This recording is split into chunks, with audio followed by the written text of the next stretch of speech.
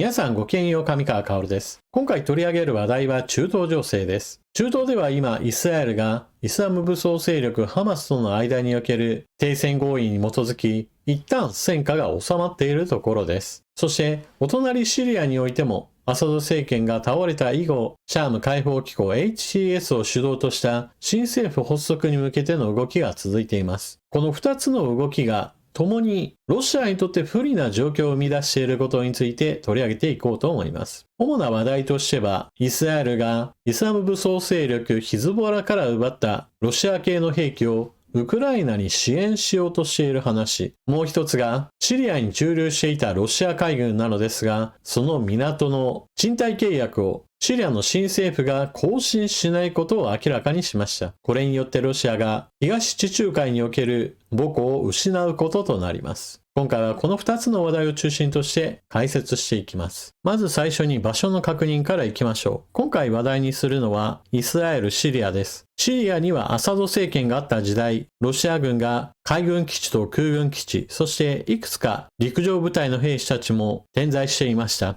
そして地中海沿岸タルトゥースにはロシア海軍の基地があり、ロシアにとっては貴重な凍らない港として機能していました。しかし、シリア新政府はタルトゥースにおけるロシアの港の賃貸契約を破棄しました。シリアの新政府はタルトゥース港におけるロシアの49年間のリース契約をキャンセルし、東地中海における数十年にわたるロシア海軍の駐留に終止符を打った。沿岸沖で停泊していた軍用貨物船がロシア海軍不当に停泊し、軍用車両が避難に備えて待機している。タルトゥースの税関長によれば、タルトゥース港への投資に関して、ロシア企業と締結した契約は破棄され、港からの収益は全てシリア政府の利益になると地元通信社は報じました。2024年12月初旬、シャーム解放機構 HTS がシリアの独裁者バシャール・アル・アサドを追放し、アサド政権を支援するロシア軍はタルトゥースとフメイメム空軍基地の2つに撤退しました。12月に HTS がアサドを国外逃亡に追い込んだ時、ロシア空軍が内戦中ずっと HTS や反政府軍を爆撃していたため、この長期港湾協定は維持されるか疑問視されていました。ロシア海軍の地中海艦隊は反政府軍からの攻撃に備えて港から一斉に出発し、沖合に停泊していました。そこに軍用貨物船2隻が新たに加わり、撤退の可能性が高まったと憶測が飛び交っていました。ロシアの港湾借受契約がキャンセルされたとのニュースが流れた後、ロシア軍の貨物船は港に入り、備蓄機材の横に停泊しました。衛星画像により、船が出荷に向けて準備された車両の積み込みを開始するかどうかがすぐに確認されるでしょう。ただし、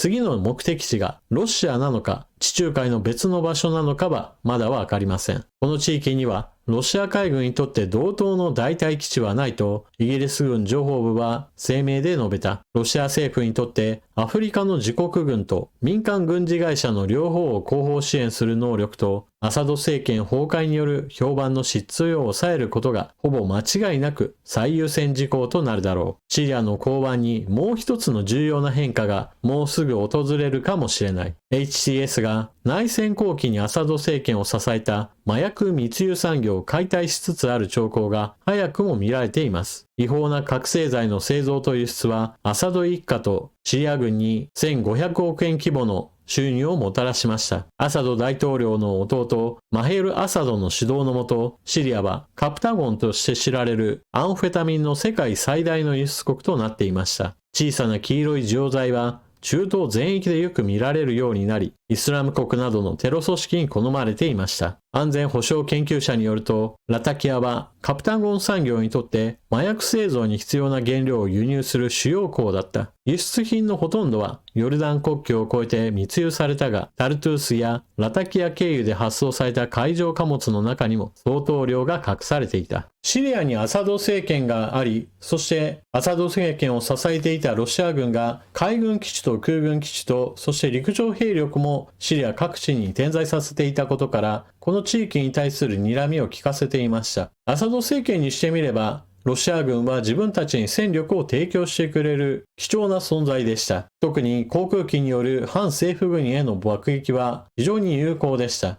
反政府軍側には射程距離の長い大型の対空兵器がなかったものですから、ロシア軍の爆撃にかなり苦しめられたのです。そしてロシア軍がこの地域で活動することは、イスラエルとの関係上においても言及しておく必要があります。というのも、アサド政権は結局のところ、アサド一家とその取り巻きの人たちが自分たちさえ良ければ良いといった形で国民を弾圧していた状態ですが、だからこそイスラエルにとってはコントロールしやすい状態になっていました。少なくともアサド政権はイスラエルに対して攻撃してくるような性格はなかった。そのためにシリア中流のロシア軍とイスラエルとの間においては、少なくとも戦わないような密約があったと言われています。そのような関係上、ロシアがウクライナに侵略した際にイスラエルはウクライナに対する支援にはかなり後ろ向きで、侵略するなんてひどいよねみたいな形の動きは見せるものの、実際の支援自体には全く力を入れていませんでした。しかしアサド政権が崩壊し、新政府ができ、ロシア軍をシリア領内から追い出そうとする動きが出ていることから、この情勢にも変化が訪れることとなりました。イスラエル、レバノンで捕獲したロシア兵器をウクライナに移送すると提案。イスラエルはレバノンでイスラム武装勢力ヒズボラから捕獲した、あるいは他の場所でイスラエルの敵対者から押収した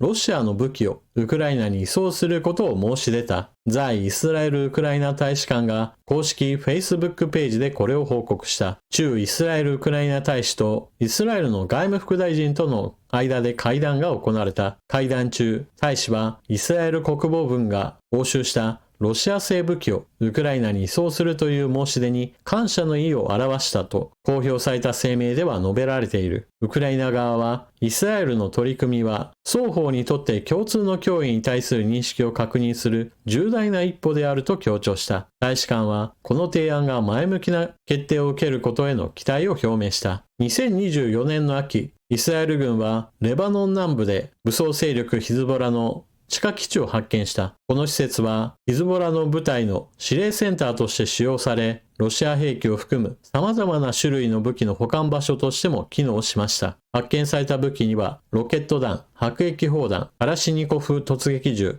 弾薬、防弾チョッキ、その他の装備品が含まれていました。シリアでアサド政権が倒れて新政府がロシア軍を追い出すといった動きを見せている以上、もはやイスラエルにとってはロシアのことを気遣う必要がなくなりました。むしろこの状況下で考えなければならないのは、イランはロシアからの支援を受けている、もしくは貿易関係があり、軍事技術の交流や軍事物資のやり取りなども考えられることから、はっきりとロシアに対して敵対的な行為をとっても問題ないといったような国際情勢へと変化したわけです。だからこそイスラエルはウクライナに対する武器供与といったことをはっきりと言えるような状態になったわけです。これが国際情勢の変化に伴う行動の変化です。イスラエルにしてみればウクライナを支援することによってロシアの戦力を少しでも削ることができれば、それは回り回って結局イスラエルと敵対しているイランに対する支援の流れを少しでも減らすことにつながることから、ウクライナを支援する動機といったものが強まるわけです。ただし、シリア国内のタルトゥース港、ロシア海軍を追い出すよといったことが決定的になったわけですが、まだシリア領内にはロシアの空軍基地もまだ残っています。こちらの方についてもはっきりと追い出しが示されれば、この動きはもっと分かりやすく表に出てくるかもしれません。兵器の供与といったことは難しいかもしれませんが、ウクライナ側から求められれば、武器や弾薬の販売などといったものをもっと強化するかもしれません。ただで渡すのはちょっと大変なので、販売するといった方向であれば、もっと門戸を開く可能性が出てくるわけです。他にもロシアに関連するニュースが出ているので、そちらの方も合わせてご紹介しておきましょう。ウクライナに侵略する前のロシアは、世界的に見ても武器の輸出大国でした。しかし、自分の国で使う分も足りないといったことが多々見られるような状況になっていることから、武器輸出大国としての姿は過去のものになろうとしているかもしれません。記事を紹介します。北アフリカでもロシア離れか、艦艇の購入をキャンセル。代わりに選ばれたのはやはり中国製。アルジェリア国防省がロシア製艦艇の購入を断念し、中国製のコルベットをライセンス生産する方針であることが2025年1月5日、地元メディアの報道などにより明らかとなりました。掲載されている写真は、アルジェリアが一時購入を計画していたロシアのフリゲート艦です。当初アルジェリア国防省は海軍の新型艦艇としてロシア製のフリゲートとコルベットの購入を予定していました。しかし、ロシア艦艇の購入は断念し、最終的に国内の造船場で中国製コルベットを建造する方向で調整しているようです。すでにアルジェリアは中国から056型を6隻購入する契約を結んでおり、1隻目はすでにアルジェリア海軍に納入されています。なお、アルジェリアは国内建造のためにアンナバにある造船所をイタリア企業の協力を得て拡張する計画であるようです。アルジェリアは軍の装備の約 85% がロシア製で、これまでは有力な顧客でした。ただ、水上艦艇に関しては他国の艦艇も積極的に購入する方針をとっており、そのうち中国は有力な取引相手になっています。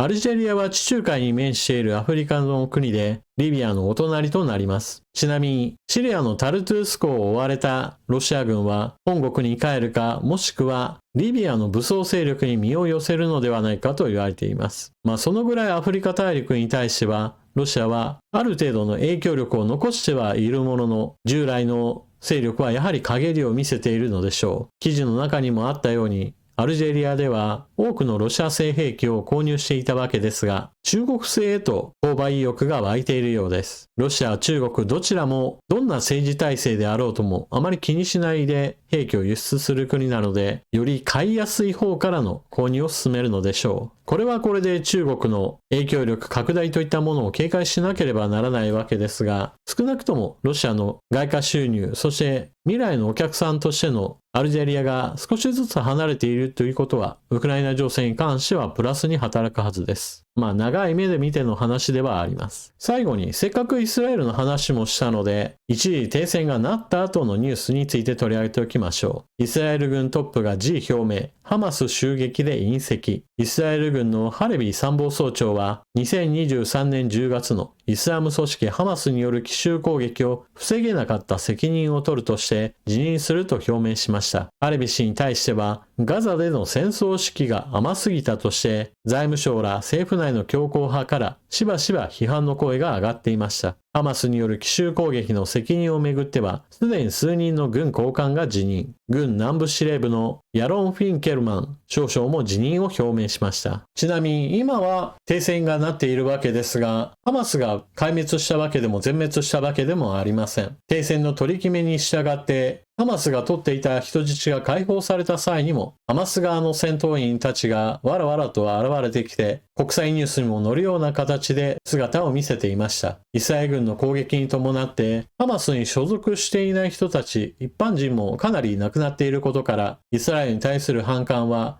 ガザ地区の人たちにより強く植え付けられてしまいました。それに伴ってハマスは今後、停戦期間中にさらに自分たちの活動に参加する人たちを募るでしょうから、ハマスの組織としての壊滅というのは、ちょっと無理な状態です。ただし、現在のところ、シリアのアサド政権が倒れたことに伴って、イランの直接的な軍事支援が途絶えているような状況なので、復活までにはちょっと時間がかかるでしょう。ただしそれはあくまでも時間がどれくらいかかるかという話で、ハマスによる攻撃が再開されるのは、時間の問題というわけです。できればそうした時間が遠ければ遠いほど紛争によって亡くなる人の数が減るので、そちらの方が良いわけではあるわけですが、中東情勢穏やかになるのは残念ながら長くは続かないと見た方が良いでしょ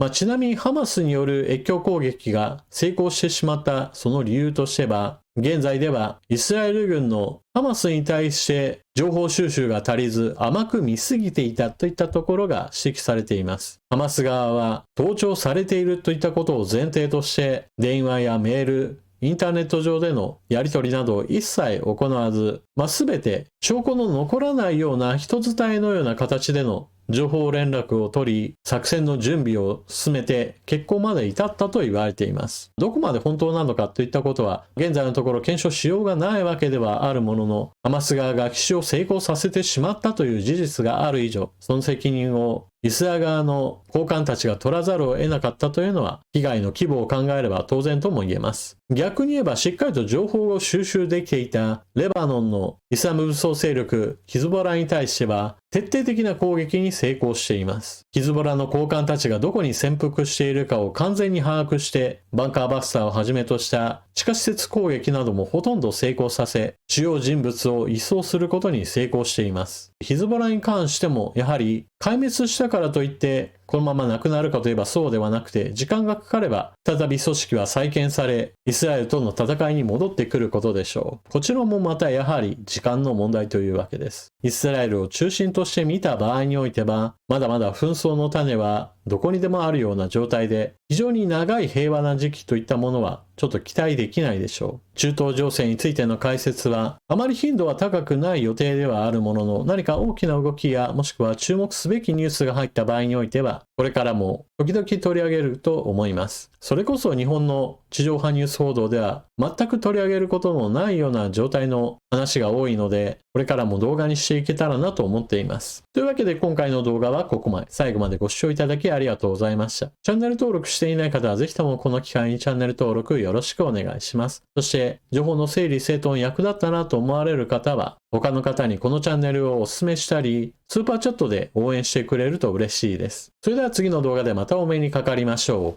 う。またね。